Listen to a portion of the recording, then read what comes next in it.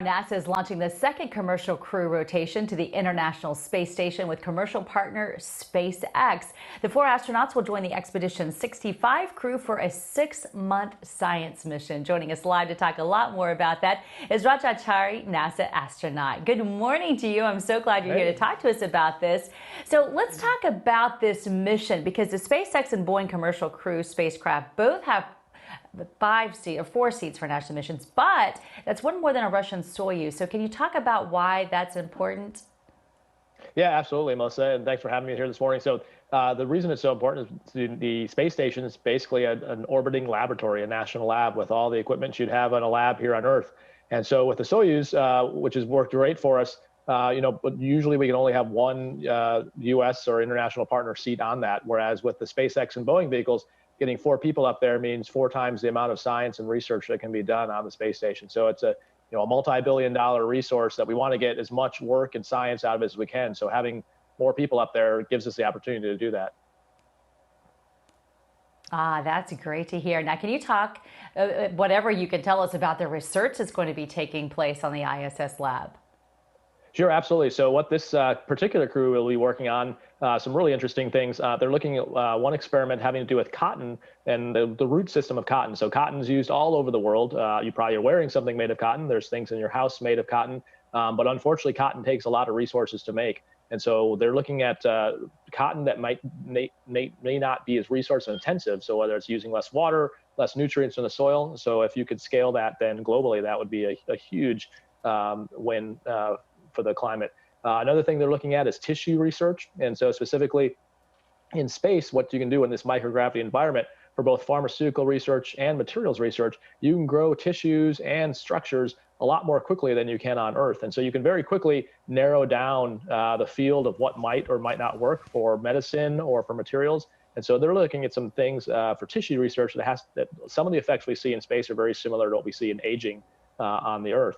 And so whether that's looking at liver research or some things going on with cerebral palsy, this crew's got some really exciting things ahead of them to help contribute to science here on Earth. It is so intriguing to think about what everything they're doing there can potentially enhance our lives down here.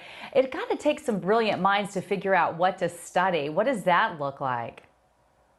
So it's a really good point. So there's literally thousands of scientists that come up with ideas. We call them PIs, or principal investigators, and they submit that to NASA and to basically the national scientific system to sort of prioritize the research. So that's going back to the original point. One of the reasons it's so exciting to have 4 people at a time up there is we can quadruple the bandwidth and the throughput of the scientific research that's happening. So in the past, we've had to tell a lot more people no, but there's plenty of people who have ideas about what you could solve in space. Some other things, research going on is flame. So combustion on the Earth, obviously a flame with gravity goes up. In space, it's a ball. And so some of the things we're looking at is low carbon emission flames. And if you could scale that to engines and things that emit carbon here on Earth, again, just game-changing science and people coming up with brilliant ways to use space to find solutions for things here on Earth.